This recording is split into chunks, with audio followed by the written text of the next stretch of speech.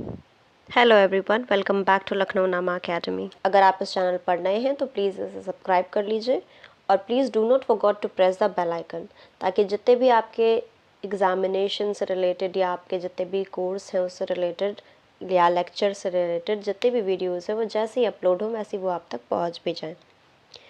Okay, तो आज ये क्लास रहने वाली है बॉटनी के स्टूडेंट्स के लिए। ये यूनिट 2 का लेक्चर है, बॉटनी स्टूडेंट्स के लिए है। It is a unit second. Do not worry about कि मैंने अभी यूनिट 1 में स्ट्रक्चर ऑफ बैक्टीरिया और importance of virus in economic importance, ठीक है, और अभी लाइक नहीं पढ़ाया है और मैं सेकेंड यूनिट पे पहुंच गई हूँ। ऐसा कुछ नहीं है कि मैं उन सब्जेक्ट्स को छोड़ दूँगी या उन पॉइंट्स को छोड़ दूँगी। वो भी वीडियोज़ साइड बाय साइड आती रहेंगी। ये आगे की वीडियोस हैं, ये भी साइड बाय साइड आती रहेंगी। तो दोनों ही वीडियो साइड बाय साइड आती रहेंगी, एक एक करके सारी की सारी चीज़ें आप तक पहुंचेंगी। बैक्टीरिया इसमें हमको बताना है बैक्टीरिया के बारे में। तो इसके जनरल कैरेक्टरिस्टिक्स बताने से पहले मैं आपको बताना चाहती हूँ कि इम्पॉर्टेंट साइंटिस्ट जो होते हैं जिनका आता है MCQ में, वो कौन कौन हैं जो बैक्टीरिया के डिस्कवरी में या बैक्टीरिया में जिन्होंने अपनी कुछ काम किया है और बहुत ज़्यादा फेमस हैं, ठीक है, मतलब काफ़ी एग्जामिनेशंस में कई बार पूछे जा चुके हैं इनके नाम। तो पहला है एंटोन वैन लीeuwenhoek। एंटोन वैन लीeuwenhoek आप जैसे जानते हैं कि इनका सेल बायोलॉजी में भी बहुत बड़ा रोल रहा है और इनका जो मतलब बैक्टीरिया के डिस्कवरी का या माइक्रोबियल वर्ल्ड के डिस्कवरी का अगर किसी को श्रेय जाता है तो वो एंटोन वैन लीeuwenhoek को है, ठीक है। इनके पास कोई भी यूनिवर्सिटी एजुकेशन नहीं थी। अगर बोला जाए तो इनके पास कोई भी यूनिवर्सिटी एजुकेशन नहीं थी, but he is known as a father of microbiology, ठीक है। तो इनको if he doesn't know how to even if he doesn't have any kind of university values, how he became the father of microbiology। तो ये क्या करते थे, इन्होंने मैग्नीफाइंग लेंस बनाते थे, ठीक है। कैसे बनी है फादर ऑफ माइक्रोबायोलॉजी, ठीक है। तो ये काम करते थे शॉप पे, तो इन्होंने क्या किया था, लेंस बनाना शुरू किया था। वैसे इन्होंने माइक्रोस्कोप बनाया था, पर माइक्रोस्कोप में इन्होंने पहली बार जो स्ट्रक्चर देखा था बैक्टीरिया का, ठीक है, वो देखा था और उसको बोला था एनिमोक्यूल्स, ठीक है। इसी वजह से इन जो आपके माइक्रोबायोलॉजी है या फिर आपके बैक्टीरियाज हैं उनका श्रेय जाता है एंटोन वैन लीeuwenhoek को, ठीक है। डच मर्चेंट थे, ओके। तो ये था एंटोन वैन लीeuwenhoek का। अब आते हैं लुईस पाश्चर पे। लुईस पाश्चर का एक बहुत बड़ा जो श्रेय गया है वो गया है एबायोजेनेसिस पे, ठीक है। जब खोज हो रही थी कि मतलब चीज़ें कैसे आई, थ्योरी ऑफ स्पॉन्टेनियस जनरेशन, ठीक है, जिसको बोला जाता है एबायोजेनेसिस, थ्योरी ऑफ स्पॉन्टेनियस जनरेशन, कि कैसे चीज़ें आ रही हैं थी। ये पूरा का पूरा विश्व कैसे बना, कैसे स्पॉन्टेनियस जनरेशन आती गई, ठीक है। इवोल्यूशन की थ्योरी जब आ रही थी तभी इन्होंने एक थ्योरी दी थी एबायोजेनेसिस की, जहाँ पे इन्होंने बोला था कि जितने भी चीज़ें हैं वो अपनी प्री एग्जिस्टिंग सेल से बनती हैं। कोई ऐसे उठ कर नहीं चले आई कि कोई प्रकट हो गई चीज़, ठीक है। तो जितनी भी चीज़ें हैं, अगर कोई चीज़ बन रही है या कोई चीज़ पैदा हो रही है तो वो अपने प्री एग्जिस्टिंग सेल से मिलकर बनेगी। उसके थ्रू इन्होंने एक फर्मेंटेशन का पूरा एग्जाम्पल दिया था, जिसके थ्रू इन्होंने ये एबायोजेनेसिस का प्रोसेस बताया था। Vaccination against rabies in human is also been discovered by him and him only, Louis Pasteur, okay. तो ये था इनका। अब रॉबर्ट कोच था। रॉबर्ट कोच के बारे में आप काफ़ी बार जानते होंगे, क्योंकि कोच पोस्टुलेट आप बचपन से, मेरे ख्याल से 8th या 6th क्लास से आप कोच पोस्टुलेट्स पढ़ते आ रहे होंगे कि रॉबर्ट कोच ने क्या कोच पोस्टुलेट्स दिए, ठीक है। तो इनका जर्म थ्योरी ऑफ डिजीज़ था। जर्म थ्योरी ऑफ डिजीज़ में इन्होंने काम किया था। फिर कोच पोस्टुलेट्स थे। फिर इन्होंने क्या किया, bacillus anthracis as a causative agent for anthrax, ये भी इन्होंने बताया था। एंथ्रैक्स के लिए बैसिलस इज़ अ बैक्टीरिया, ठीक है, इसीलिए इन्होंने बैक्टीरिया के ऊपर काम करके रखा है। Method of study of bacteria in the pure culture was first given by coach. Robert Koch के द्वारा ही बताया गया था कि बैक्टीरिया को कैसे प्योर कल्चर में डालना है, ठीक है, कैसे आप प्योर कल्चर में बैक्टीरिया को बना सकते हैं या फिर आप उसको कैसे ग्रो करवा सकते हैं। Discovery of mycobacterium causes which are causative agent of tuberculosis is also discovered by Robert Koch only। ठीक है, कोच के पोस्टुलेट्स बताने की तो मुझे ज़रूरत है नहीं कि जितने भी ऑर्गेनिजम्स हैं वो अपने सेल से मिलकर बने हुए हैं। ठीक है, प्री एग्जिस्टिंग्स होते हैं, ये सारे आपके कोच पोस्टुलेट्स है which are very known, which we are being studied from the 6th class also.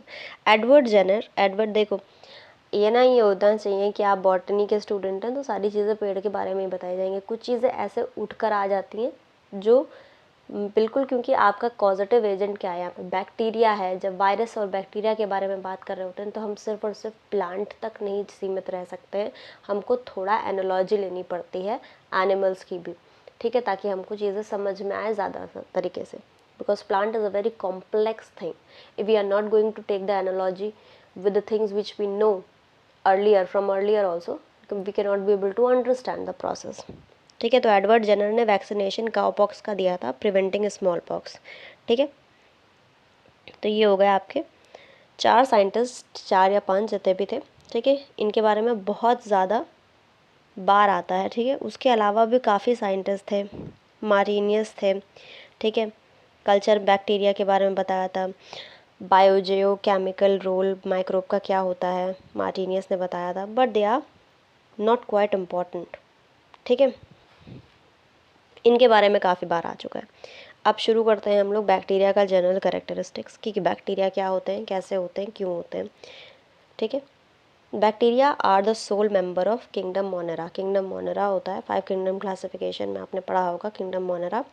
ठीक है, तो उसके सोल मेंबर कौन होते हैं, मतलब अगर कोई सबसे ज़्यादा उसमें इम्पॉर्टेंस रखता है मोनेरा में तो वो हैं आपके बैक्टीरियल सेल्स। ठीक है, स्मॉल होते हैं, सिंपल होते हैं, प्रोकैरियोटिक होते हैं। ठीक है, बहुत ही स्मॉल होते हैं, वेरियस शेप और साइज़ के हो सकते हैं, प्रोकैरियोटिक होते हैं, यूनिसेल्युलर होते हैं, प्रिमिटिव माइक्रो ऑर्गेनिज्म में बहुत पहले से प्रेजेंट है, कॉस्मोपॉलिटन है, हर जगह प्रेजेंट है।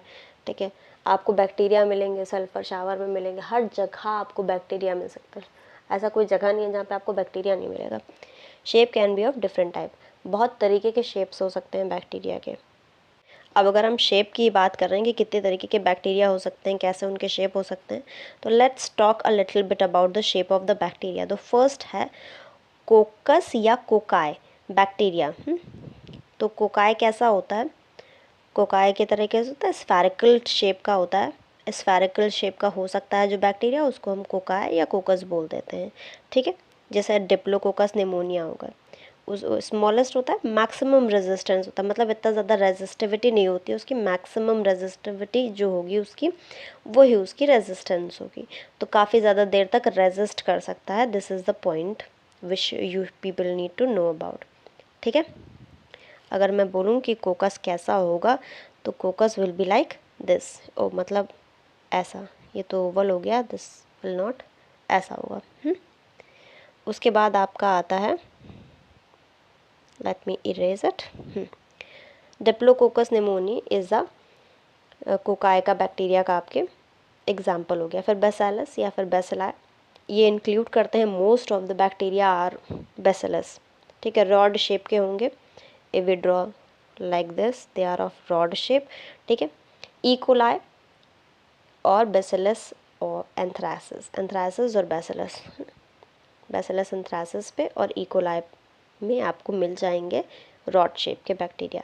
स्पाइरलम कैसा होता है, स्पाइरलम मतलब स्पाइरल शेप का होता है, स्पाइरल ऐसे ऐसे।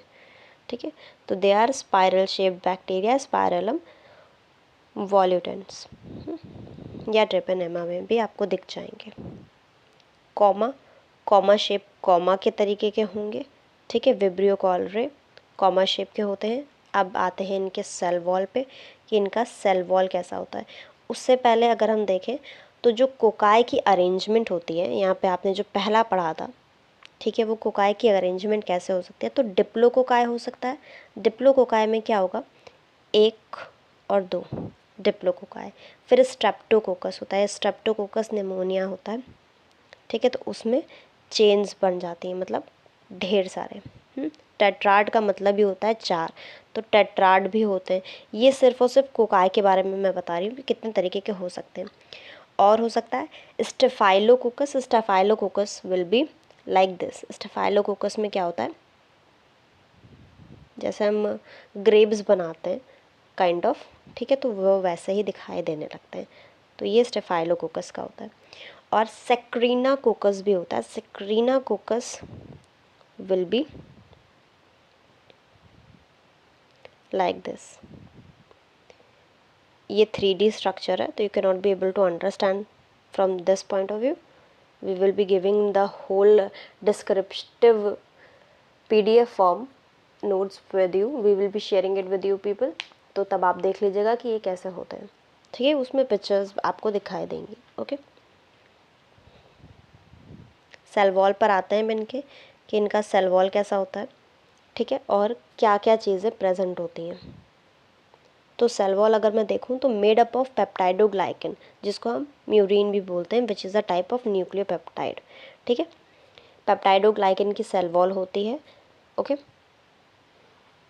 स्यूडोम्यूरिन भी होता है आर्की बैक्टीरिया में। आर्की बैक्टीरिया में स्यूडोम्यूरिन भी होता है। स्यूडो का मतलब मैं पहले ही बता चुकी हूँ, फॉल्स, एक तरीके का, मतलब उनको लगता है कि this will be, but this is composition हल्की फुल्की सेम होती है, ठीक है।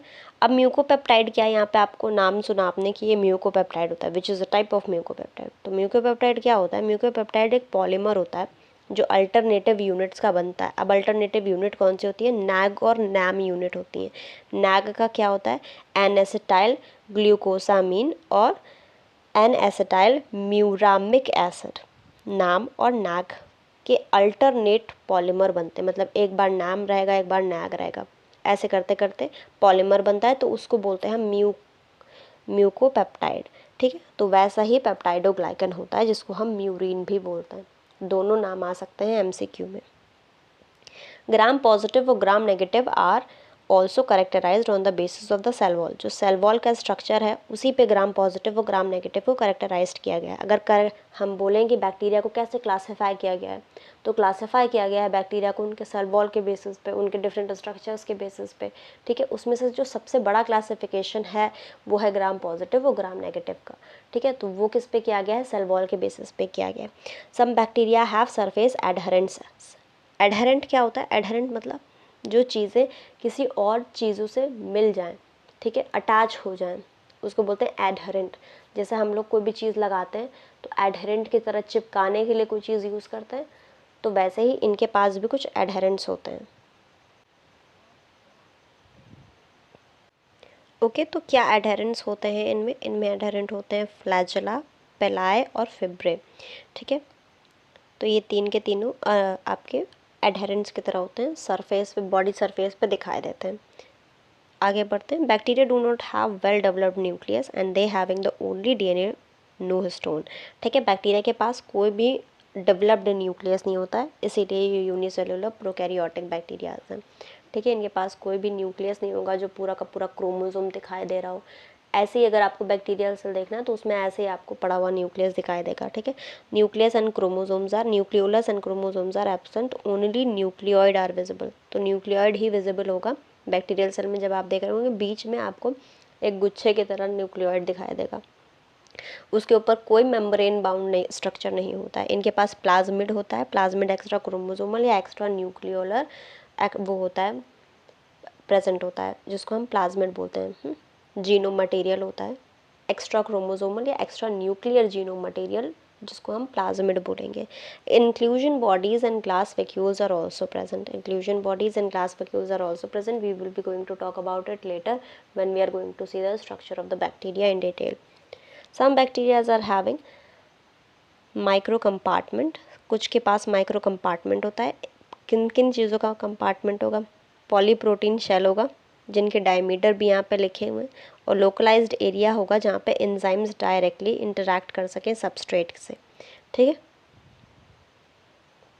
अब मैग्नेटोसोम्स क्या होता है? मैग्नेटोसोम्स होते हैं मेम्ब्रेन बाउंड कंपार्टमेंट होता है। ये ज़्यादातर आपका एक्वेटिक बैक्टीरियाज में देखा जाता है जो पानी वानी में रहते हैं, ठीक है। इनके पास क्या होता है? FeO4 होता है, मतलब आयरन के कंपाउंड्स होते हैं, आयरन के ऑक्साइड्स प्रेजेंट होते हैं। ये मैग्नेटोटैक्टिक बैक्टीरियाज बोला जाता है इनको। तो अगर आपसे पूछा जाए मैग्नेटोटैक्टिक बैक्टीरियाज कैसे होते हैं, तो वो मैग्नेटोसोम्स उनमें प्रेजेंट होगा, ठीक है। अब वो क्या करते हैं? कंपास की तरह यूज़ होते हैं, डायरेक्शन दिखाते हैं, ठीक है। अगर आपका एक्वेटिक में है बैक्टीरिया तो वो उसको कंपास की तरह यूज़ करके they are showing the direction to the bacteria कि कहाँ पे आपका क्या खाना कहाँ पे है, क्या चीज़ कहाँ पे है, तो they will be giving the direction to the bacteria. Cell organelles कौन कौन से प्रेजेंट होते हैं?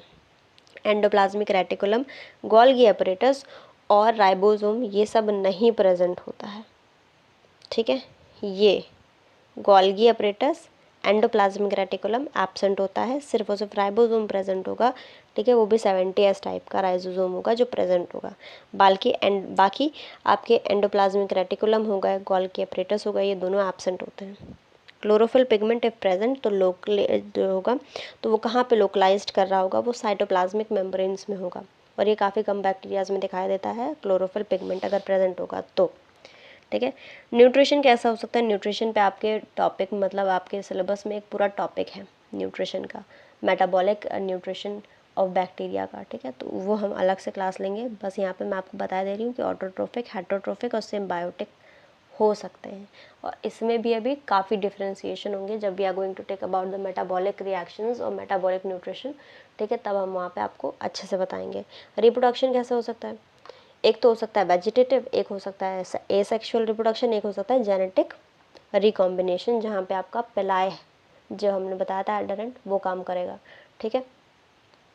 तो ये हो गए आपके general characteristics of bacteria. I hope कि इतनी चीज़ें आपको समझ में आ गई होंगी। अब उसके बाद जो नेक्स्ट आपका लेक्चर आएगा उसमें हम बैक्टीरिया का स्ट्रक्चर पढ़ेंगे, ओके।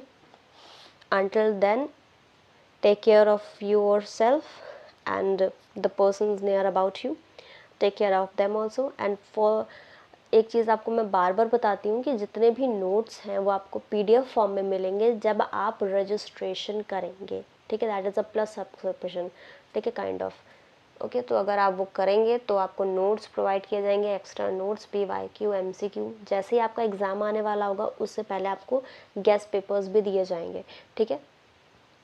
तुरंत तो गेस्ट पेपर नहीं दे दीजिएगा ना कि एक यूनिट बन जाए और गेस्ट पेपर आपको मिल जाए। पूरा यूनिट कंप्लीट होने के बाद गेस्ट पेपर बनता है, ठीक है।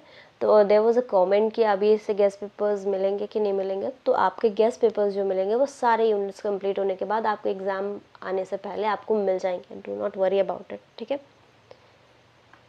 और जैसे आपका यूनिट है, यूनिट वाइज सारी चीज़ें चल रही हैं, सारी चीज़ों की वीडियोस बनती चली जा रही हैं, वो यूनिट वाइज चलती चली जाएंगी, इसकी बात नहीं है। आपका वायरस वाला भी कंप्लीट हो जाएगा, आपका बैक्टीरिया वाला भी चलता रहेगा, ठीक है। आई होप कि ये वीडियो आपको हेल्पफुल लगी होगी। अगर हेल्पफुल लगी है तो please do share and comment also so that we can upgrade our teaching also, okay. Thank you for watching, people. Thanks a lot.